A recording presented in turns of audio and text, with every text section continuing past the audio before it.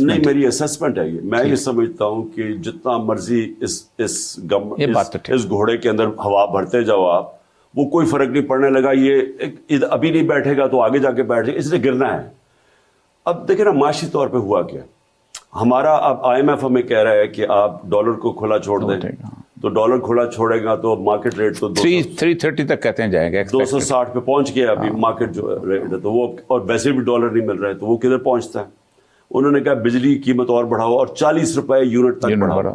40 یعنی کہ آج ہی بجلی کے بل دگنے ہوئے تو وہ کدھر پہنچ. لالٹینیں خرید لینی چاہیے. تیسری چیز انہوں نے کہا کہ گیس 250% بڑھاؤ، اور پھر انہوں نے کہا 700 ارب روپے کے ٹیکسز مزید اور لگاؤ.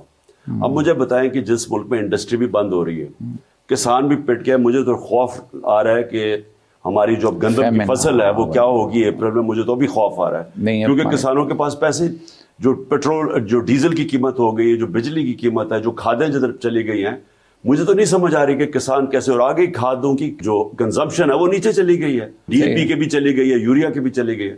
تو جب وہ افیکٹ کرے گا ہماری فصل کو.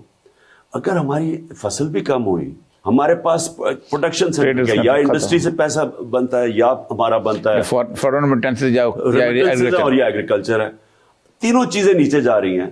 تو مجھے یہ بتائیں کہ انہوں نے کیسے قرضے واپس. تو یہ کیا آپ کو پھر آنا پانا صورتحال میں جیسے پہلے چھوڑ کے گئے تھے ویسے چھوڑ جائیں گے؟ نہیں، مجھے تو اس سے بھی زیادہ خوف آ رہا ہے. مجھے تو خوف ہے کہ اگر یہ ڈیفالٹ کر گئے، اب ڈیفالٹ تو ویسے ٹیکنیکل تو کر چکے ہیں، اگر پوری طرح ڈیفالٹ کر گئے تو 3-4 سال ملک تو پیچھے چلا گیا.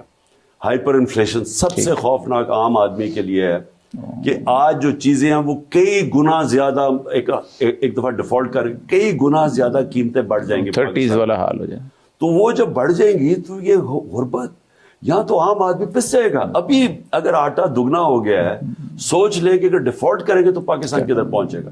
تو اس کا کون سب سے پہلے اس کا ذمہ دار کون ہے؟